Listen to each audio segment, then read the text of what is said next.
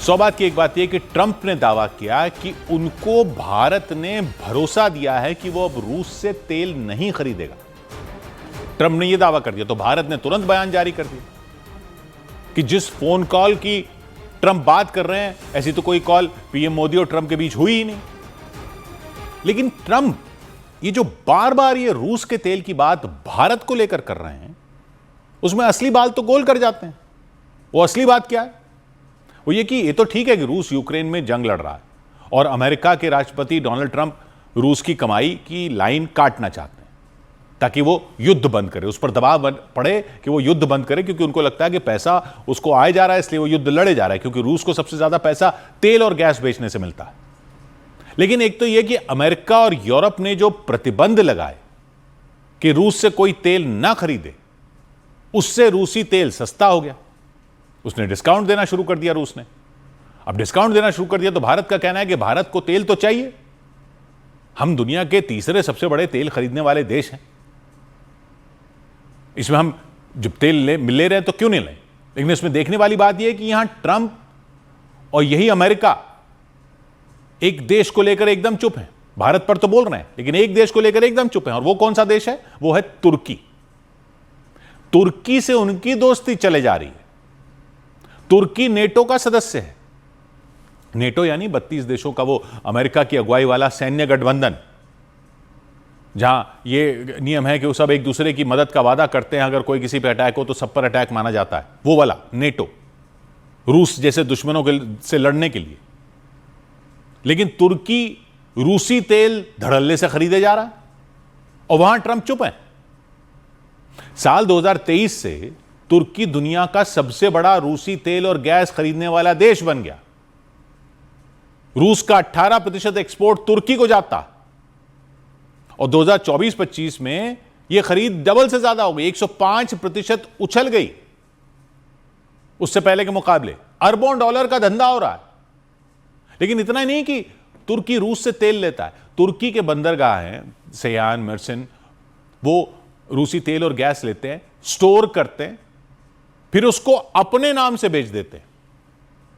लेते रूस से, स्टोर करके अपने नाम से बेच देते हैं, लेबल बदल के। किसको बेच देते हैं? यूरोप को। यानी ये बढ़िया है, दुनिया को लेक्चर दो कि रूस से तेल मत लो और तुर्की को लेने दो, और फिर तुर्की से वो लेकर बोलो कि हम रूस से थोड़ी ले रहे हैं, हम तो तुर्की से ले रहे हैं। यूरोप ने 2023 में सीधे रूसी तेल पर बैन लगा दिया था कि सीधे नहीं लेंगे, लेकिन तुर्की से लिए जा रहा है। और तुर्की क्या कर रहा है कि रूस के तेल में थोड़ा सा दूसरा तेल मिलाकर लेबल बदल देता है कि अब ये वाला ब्लेंड हो गया। उसको ग्रीस को दे रहा है, इटली को दे रहा है, स्पेन को दे रहा है, यूरोपीय देशों को भेज देता है। फरवरी 2023 से फरवरी 2024 तक यूरोप को 3 बिलियन यूरो का, 300 करोड़ यूरो का ऐसा तुर्की का तेल मिला, जिसमें अनुमान है कि 86% बंदरगाहों से सीधा रूस से आया था। मतलब जितना तुर्की ने दिया उसका 86% उसने रूस से लिया। तो कहां से दे रहा वो? एक रिपोर्ट आई कि 2024 में तुर्की के एक बंदरगाह पर 27,000 टन रूसी डीजल पहुंचा और 10 दिन बाद लगभग उतना ही ग्रीस की फैक्ट्री को वहां से भेज दिया। तो वो कहां से आ गया? तुर्की के पास। रूस से आया और तुर्की से ग्रीस को गया। यानी इस हाथ ले, उस हाथ ले, उस हाथ से नाम बदल कर भेज दे, तो ग्रीस को रूस का ही तो मिल रहा है। यानी तुर्की मुनाफा भी कमा लेता है, रूस को भी पैसा मिल जाता है, और यूरोप को तेल बिना अपने प्रतिबंध तोड़े मिल जाता है। गैस का भी यही हाल है। तुर्की को 40% से ज्यादा गैस रूस से मिलती है। 40% से ज्यादा गैस वो रूस से मिलती है। 2025 की शुरुआत में ये 10% और बढ़ गई। एक पाइपलाइन है टर्क स्ट्रीम, उससे गैस, इस समुद्री पाइपलाइन है ब्लैक सी से, ये सीधा तुर्की के घरों और बिजली घरों तक पहुंचती है रूस से। फिर तुर्की से कुछ गैस चली आती है हंगरी और बुल्गारिया जैसे यूरोपीय देशों को, और वो कह रहे हैं हम तो तुर्की से ले रहे हैं। 2024 में यूरोप का रूसी गैस का हिस्सा कुल 18% रह गया। लेकिन तुर्की से एक्स्ट्रा गैस लेने लग गया यूरोप। रूस से बंद की ओके, हम नहीं ले रहे रूस से, तुर्की से लेना शुरू कर दी। तुर्की रूस से ले रहा है। तुर्की में कहां से आ रही है? रूस से आ रही है। रूस ने तुर्की से ही 2024 में 3,400 करोड़ यूरो कमा लिए तुर्की को देके तेल गैस। और ट्रंप कह रहे हैं कि रूस की कमाई हो रही है, उसको रोको। वो तो तुर्की को बेच के ले रहा है पैसे। लेकिन ट्रंप तुर्की को क्यों कुछ नहीं बोल रहे?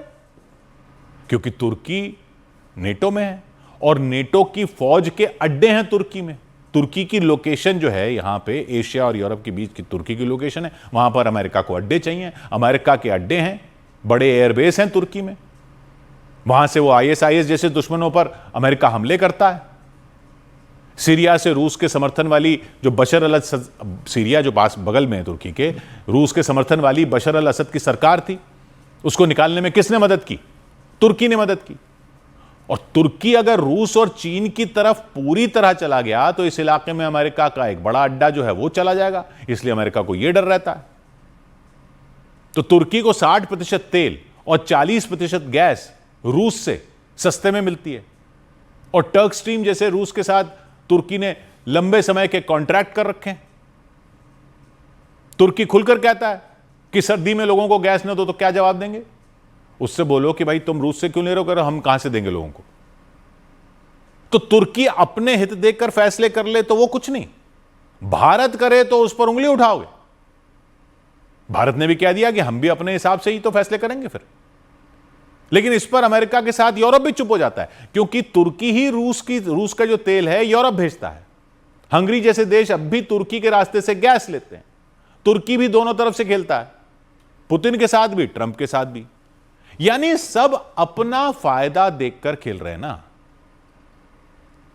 तुर्की अपना फायदा देख रहा है, अमेरिका अपना फायदा देख रहा है, रूस अपना फायदा देख रहा है, यूरोप अपना फायदा देख रहा है। तो भारत भी तो वही करेगा। 100 बात की एक बात,